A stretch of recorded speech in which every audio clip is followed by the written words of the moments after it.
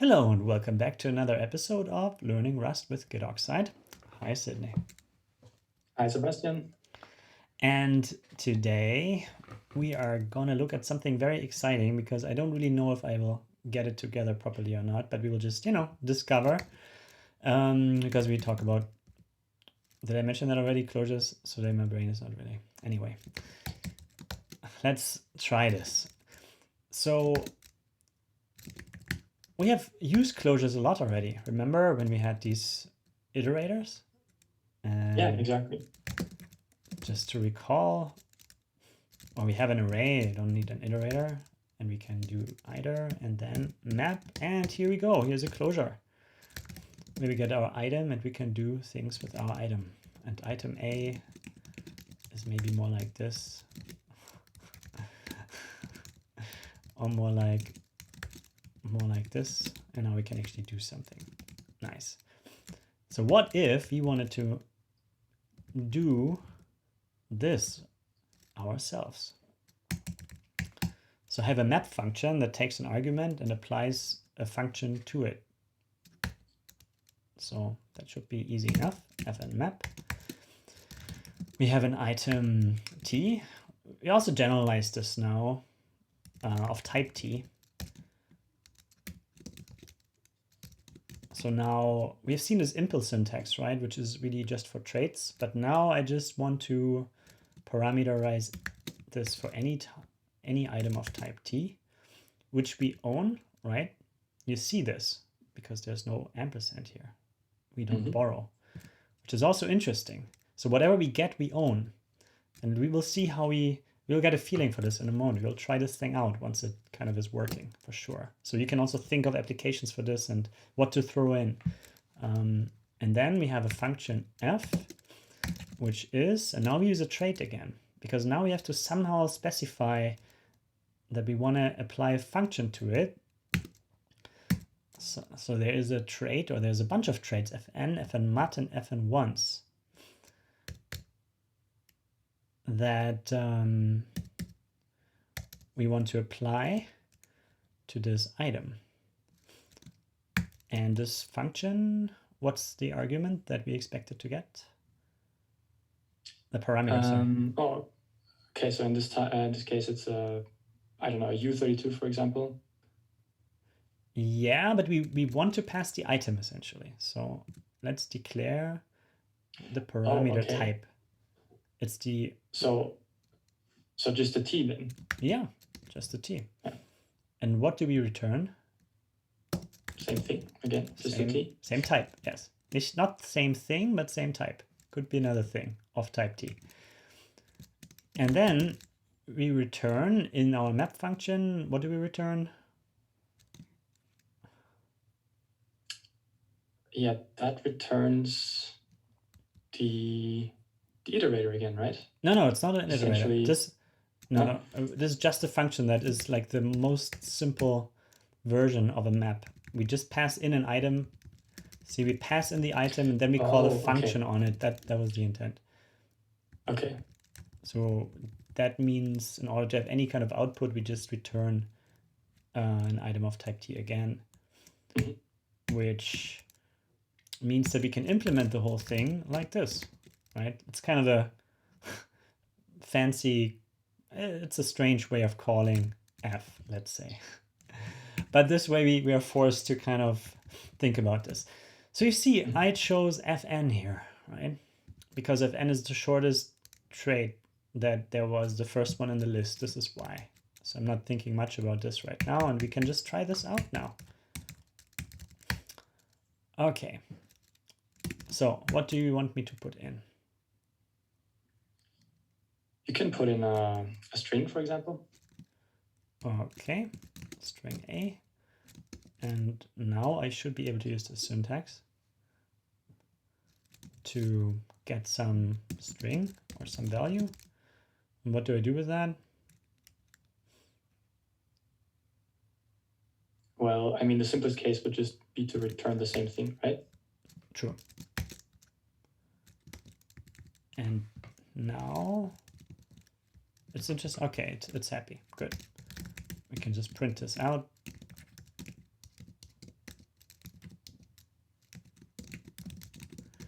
Might be the first time I've used this syntax here, which means debug printing. So this is display, we had that before. And that's debug. And debug is a trait that is usually implemented by most types, whereas display is not. Because display is that user visible representation or user land representation, whereas debug is really for debugging. So you see the whole type and kind of more information that might be overkill for the end user. In other words, you don't want to print debug stuff for the clients who use your application. Okay, so if you run this, we see A, and it just works, right? So that's nice. Okay, then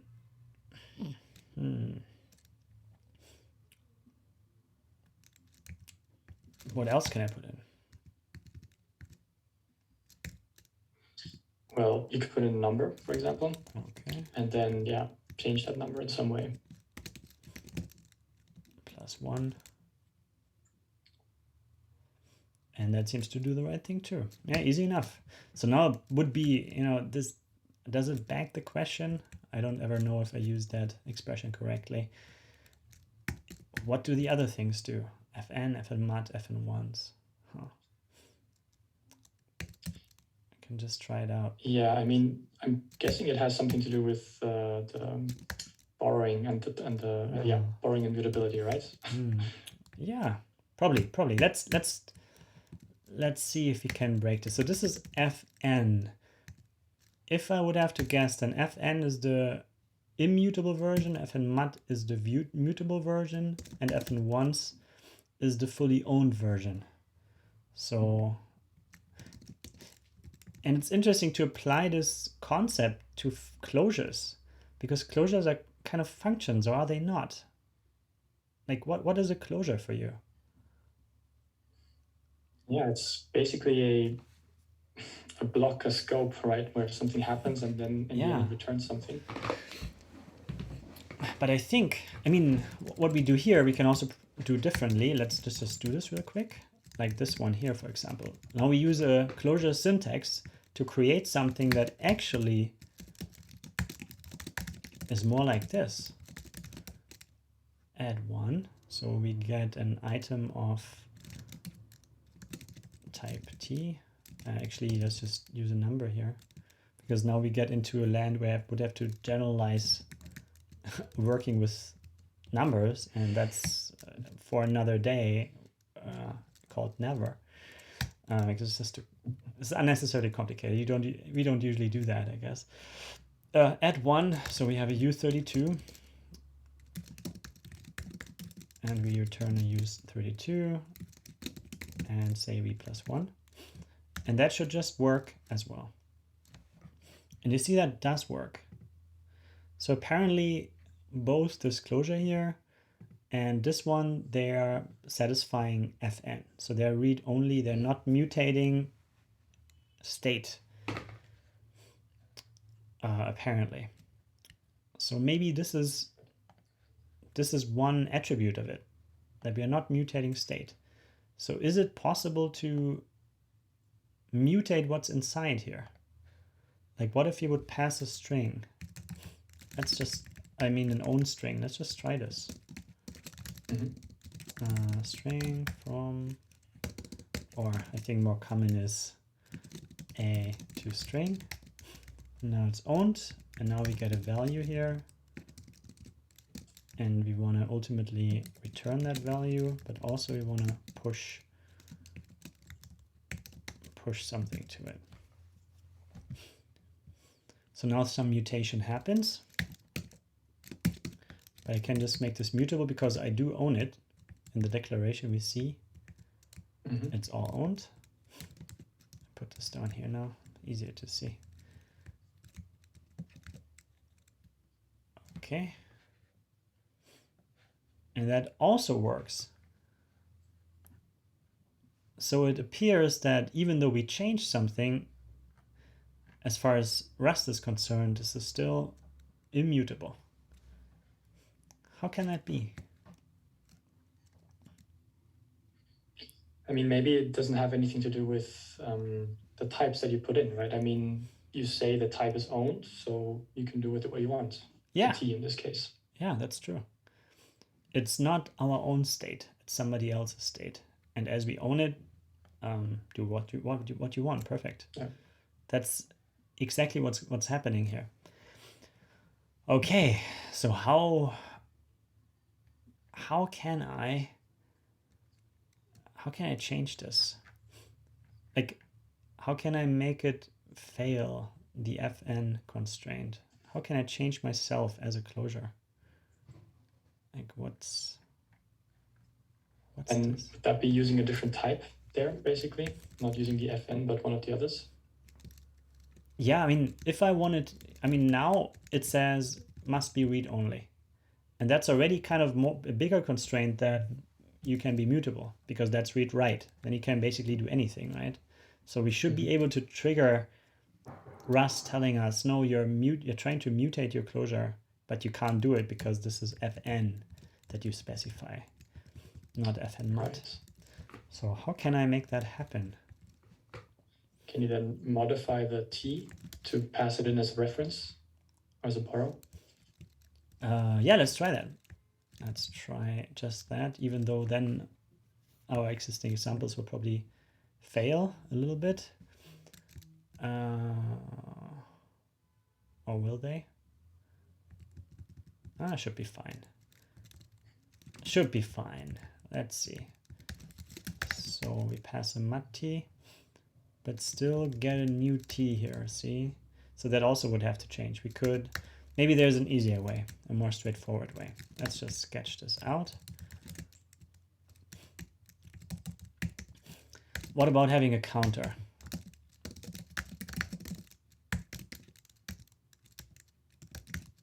Yeah, I think that will be set automatically. So every time this is called, we also increment our counter so that we can later see. Okay, it's not liking it. That's interesting. So now we could later explore how many times this has been called. Actually, that wants to have debug, count debug. That's the best way to print this out. Let's see if that compiles. Oh, okay. Here we go. Right. So it's about the outer scope. Yeah, of course, because the closure can take in stuff from the block above it, I'm guessing, or the outer scope essentially. Yes. Okay, so this is what that controls. Yes. Yeah. It's about the outer scope, the thing that is closed over. And that we must not modify with an FN. And that's what this is telling, huh? That's interesting. So in order to make this work, or to be less constrained, we would have to call that FN mut. Because what does map care, right? Map does not actually care about what this closure does. It just wants a new T.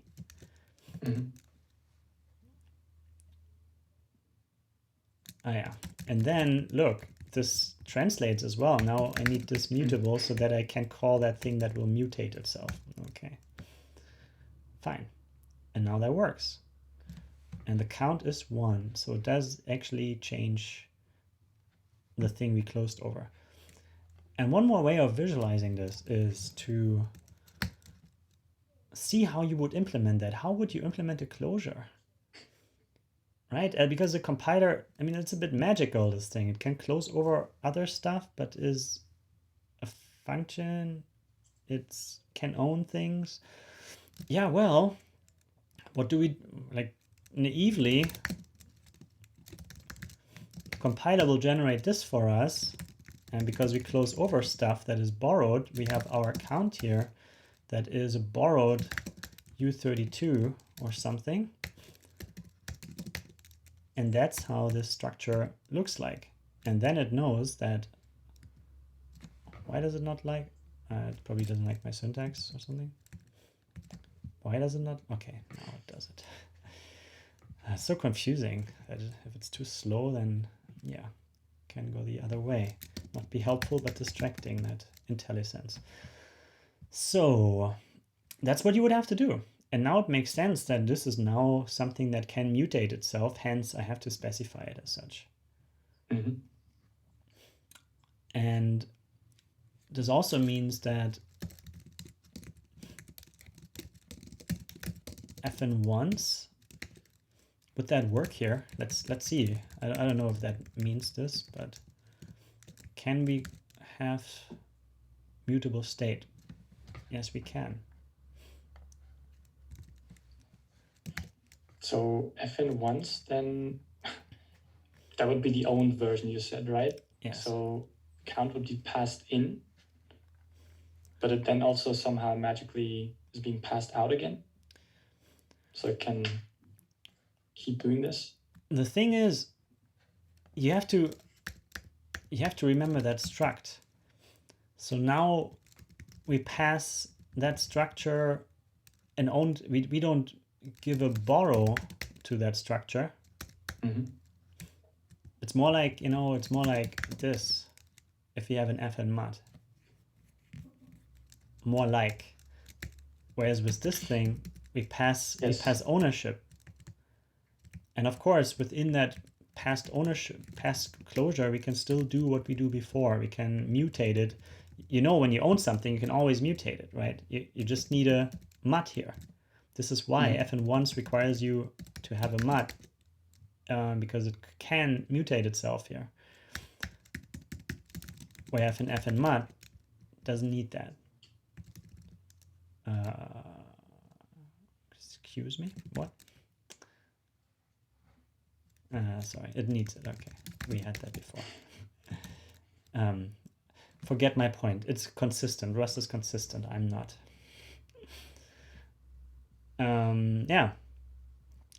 But this also means that this closure will be consumed. So you can only, you know, it will consume everything it touches. Mm-hmm. So this is passed by reference by its very nature, but it doesn't have to be. And then it's a fully owned closure that owns its contents, that pulls in, that takes ownership of the things that it closes over, which isn't unheard of, right? Closure is always just reference stuff. But this fn once says, I call you once, I own you, I can consume you, which is automatically, I mean, this means there seems to be some sort of hierarchy to this too. Like fn once, like what's the most free thing that we can imagine? What's the most constrained thing that we can imagine, right? Like if you just want to have any closure, which one would you choose? Right? If you want somebody to pass in a closure, do you choose fn once or fn mut? I guess it really depends on what you want to do, right? I mean, the owned version is probably always the freest version for the closure itself. But if it's consuming the outer scope, I don't know. But it doesn't have to consume. Yeah. We already see this here, right? It's happy to not consume the outer scope. The user is able to use this to say, I want to move everything I touch inside. And now it's fully owning everything. This means here it creates a copy. So now count should be 0, not 1. Aha. So now it doesn't reference its stuff anymore, right? So that's what move does. And this also affects lifetimes. Look at this. Now I don't borrow from the outer scope anymore. So if somebody wanted to take this closure and move it elsewhere, say into a thread, then you can do this because you own your stuff, which gives you, you know, which has a higher likelihood, let's say, of giving you a lifetime that is suitable for the desired outcome. Yes. But let's just say you really have to see it as a structure that you move around and that you handle, and this helps you to understand what to put there. From what I saw here, fn once and fn mut could do what we do here, but fn could not, right? So we don't know yet what's better.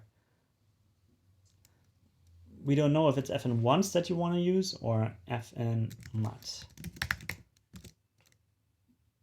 Because in this case, both seem to work, right? Yes. So fn_mut is probably then not able to consume, which, I don't know, seems maybe a bit safer to me. Yeah. Let's but change I'm not this. sure. Let's change. Let's make it a double map. Okay. Okay, so we have to work around the borrow checker here, unfortunately. It should be able to see that first we call this, then we call this, and that's fine, but it can't. Let's see. So now it's happy.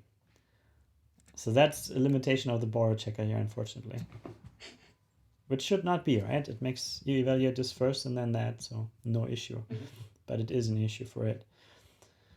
Okay, still have move here. So now my count should be 2. And that also worked. So fn_mut works for this case. That's great. Actually, let's remove all these dead code, huh? Allow dead code. Okay. So far, so good. And now fn_once. Oh, look at that.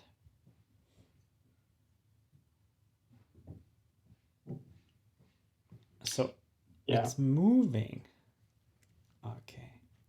Let's go back to this closure here. Let's understand this. Let's see the difference. Okay, let's assume we wanted to build our own closure. So we need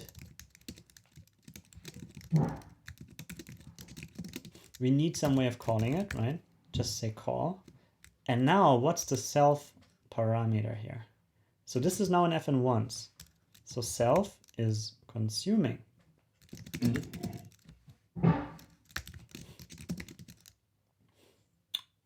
Yeah, and now our code, right? That's the code in the closure essentially. Okay, so we can do self count plus equal 1 or something like that.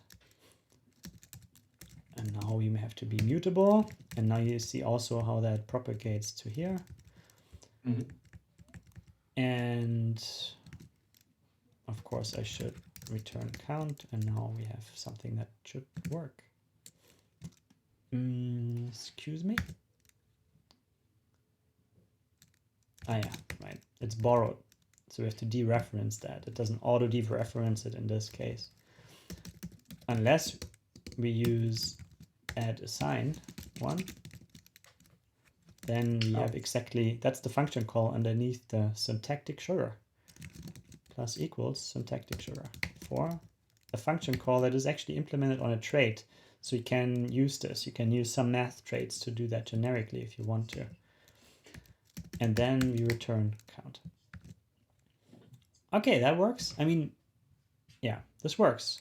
And this is what that does. So we can't call it twice, right? We can only call it once. Yeah. Whereas an fn_mut is exactly the same as this. And now we can call it twice, of course. Okay. This also explains why we can't do this. Cannot assign, use fn_mut instead. And here it tells us need a mutable reference to self. And that's, you know, now that you implemented your own little closure yourself, you see exactly what the compiler is doing there and what this is, right? fn_mut, and fn_once. And now again, which function do you want to choose when you create a closure? Which trait here do you want to choose if you create your own closure? What does it depend on? How do you think there? Well, yeah, I guess usually you would choose fn unless you would want to mutate the scope. Then you would go for fn_mut. No? You want to be as flexible as possible, not as inflexible as possible.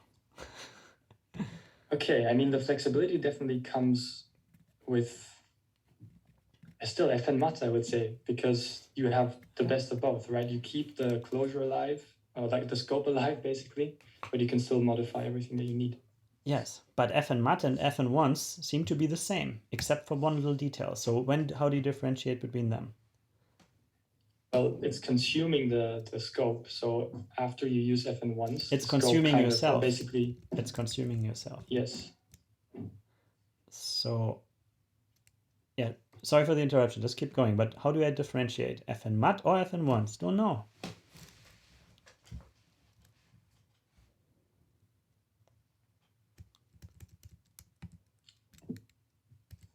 Yeah, see, look at these two lines. That's the explanation. It's all right in front of you. Yeah, one is consuming and the other one isn't, essentially. One works, the other one doesn't. Right?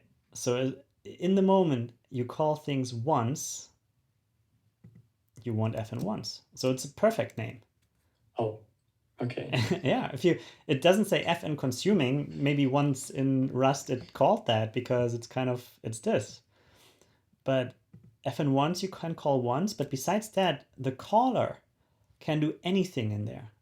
The caller is as free as they can be because they can change whatever in there. They can, they can do certain things that you can only do in a consuming closure. Because you can consume your content all of a sudden. You can consume the stuff you pull in. Think about it. If you have this move closure here, this means we move everything that we close over into ourselves. We take it away. So the outer scope can't actually use that anymore. But then inside of us, as we are called here, now since we own stuff, remember partial dismembering of structs, we can now pull stuff out of structs, take them apart, do things that otherwise we cannot do if you just borrow stuff. And this is why FN once is what you want by default if you call the function only, the closure only once, because that gives the one who implements the closure the most flexibility. They can mutate, they can dismember, they can partially move. That makes a lot of sense, yeah. But maybe I'm thinking the other way around because I'm having trouble finding a good example of when you would want to do this. Because it's not really like a closure is a function call, but you kind of use it differently. And usually the way that I think about it is that you want to keep your scope alive. That's why I thought the consuming one isn't the one you would usually use. But yeah, I guess that depends on what you want to use it for. Seems we have to talk about multi-threading next then. Because think about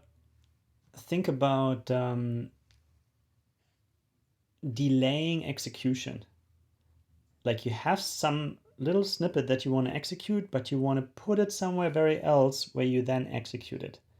So everything that belongs into that execution unit has to move FN once with it.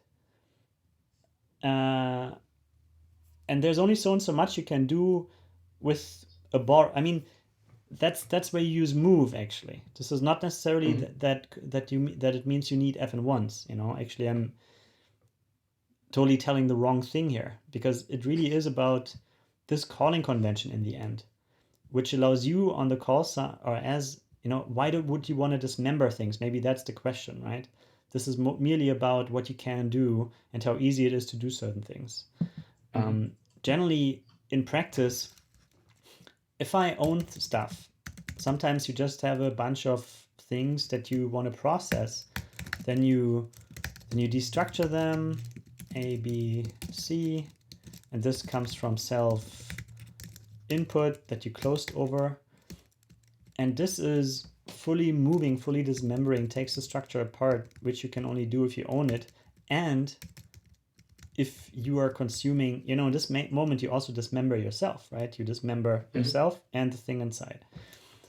And this kind of syntax may it only, you can only use when you are in this fully owned context, fully consuming context, let's say. Yeah. Both ways of describing this are correct, I guess. Because you consume yourself, or you consume things, including yourself, and you own these things for that matter, because you have to own them. You can't just borrow them. Yeah. And whether you use it or not, your callers might just use it, and you just, you don't care, you don't know. Fn once is the thing to use whenever you call a closure only once.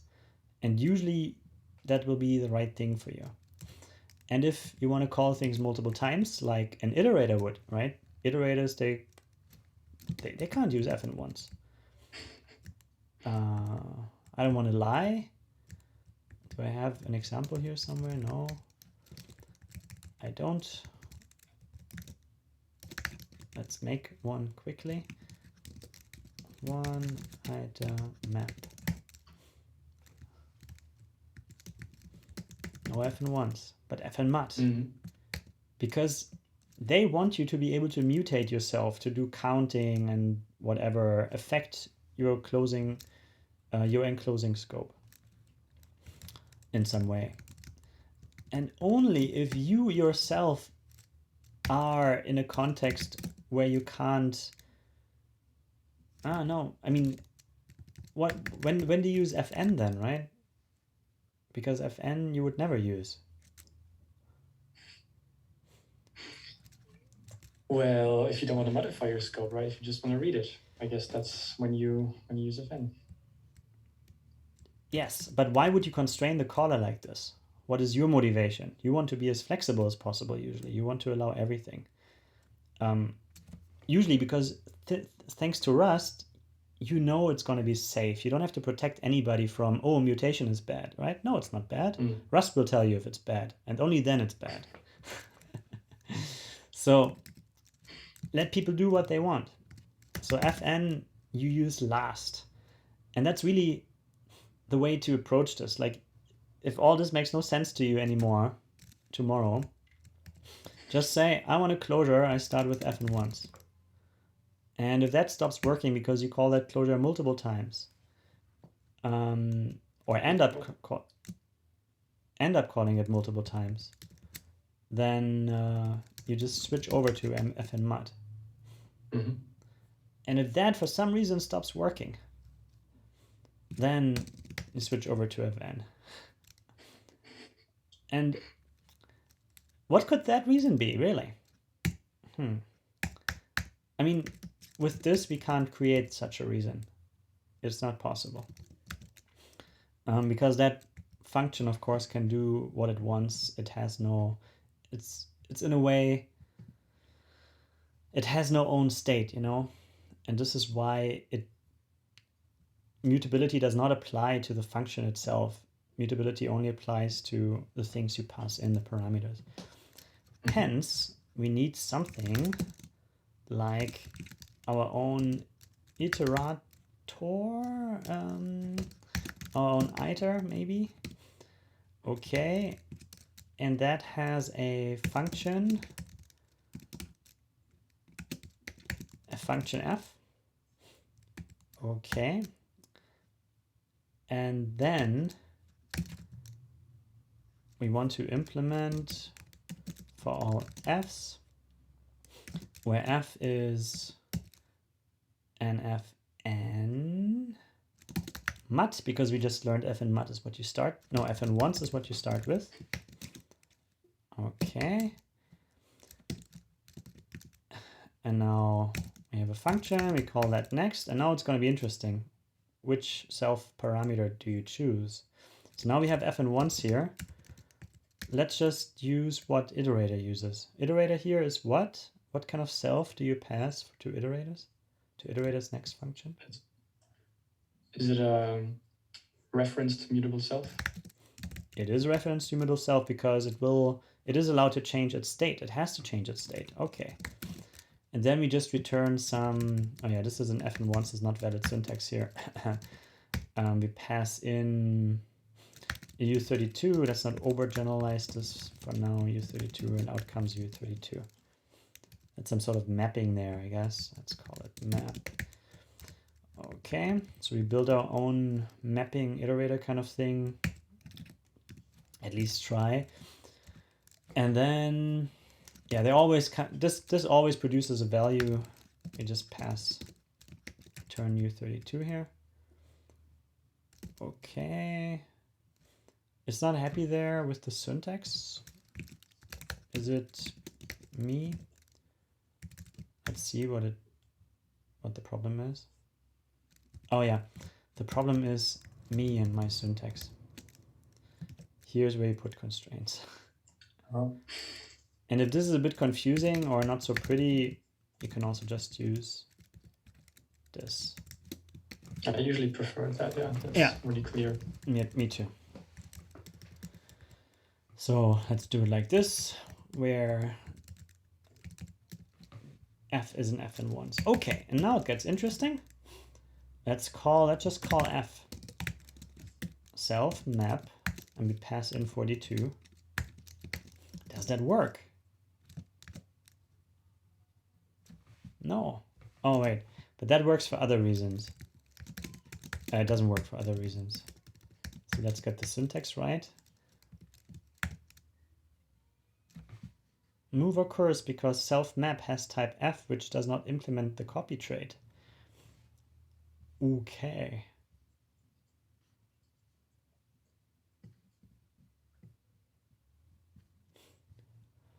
So here I think the compiler message isn't super clear because it doesn't tell you anything about f and once. It doesn't help you with that.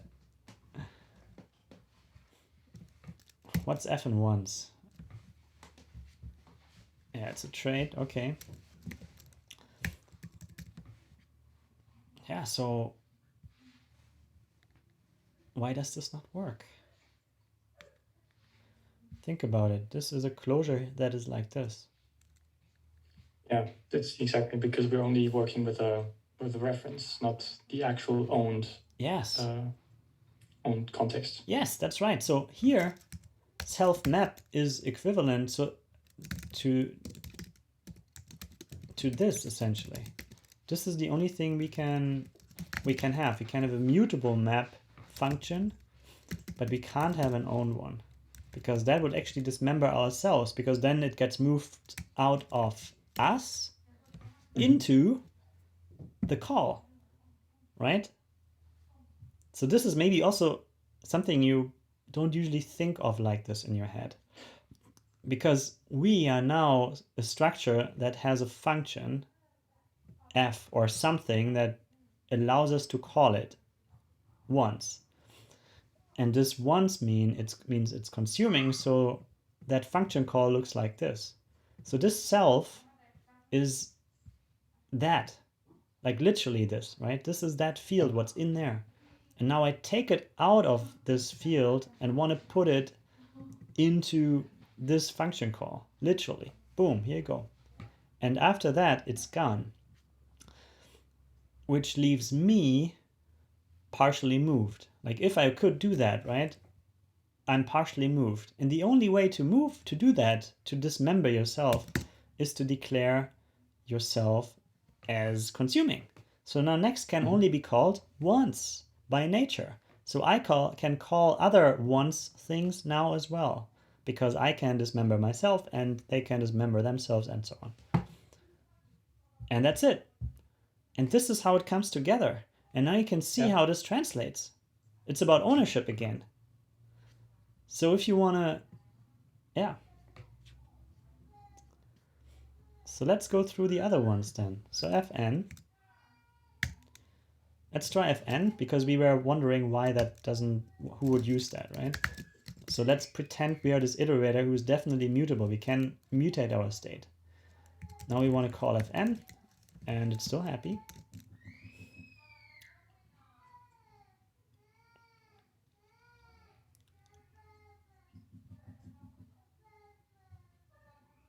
And it's happy because we are mutable, but we call something that is immutable. Of course, that's fine. And if we are immutable, we can still call it. Right. So immutable things can only call other immutable things, which is exactly when you need fn. Because if I am in an immutable context, then I can only use myself immutably. Which also means that if I make this fn mut now, it won't work anymore. See? Yes. Because now I try to, from an immutable borrow, call into something that borrows that something mutably, which of course does not work. Mm-hmm. And that's that. And that's Yeah. the beauty of it. It definitely helps a lot to think about the closure, just as a struct and this call method, and just think about how the self gets passed in, because that's really what it is. Yes. And then it's pretty clear. Yes. And it's a nice back reference to one of our first sessions where we talked about ownership and dismemberment and moving of things and partial moves, because this is all that returning and translating to how closures must work in such a system. There's no other way. And also how beautifully named fn, fn mut, and fn ones are, even though the first time you see it, I think most people will be confused, and I was myself. Like, I read it 5 times in the standard library docs, I guess, or in the books, I don't know where. And it's like, okay, what? Until by practicing it over and over again, you finally, but yeah, this is something that I think of now, but it's nothing I have been presented with like this. It's just this thing that happens after a while that it starts making sense. But my model initially was probably just, okay, fn once, fn mut, fn, okay. That's how you try things until the compiler is happy, right? And that's something you can do that will also work. And I think tomorrow we will get to probably do some multi-threading and apply that right away and see how all that also correlates with lifetimes. And that static lifetime will be back and much more. So I hope you are excited and had some fun today. It does sound like fun. Can't wait. Thank you very much. And thank you and everybody who watched this. And I hope to see you next time. Bye-bye. Bye-bye.